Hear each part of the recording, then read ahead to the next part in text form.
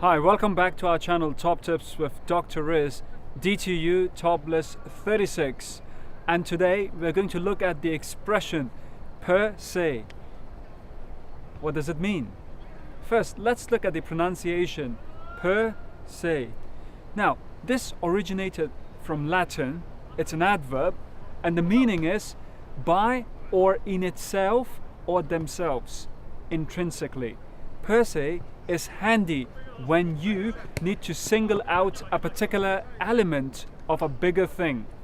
How do we use it? Let me give you one example. The menu per se wasn't bad at all. It was your cooking that was atrocious. Now, if you find this video useful, please remember to subscribe, like, and share our channel. Thank you.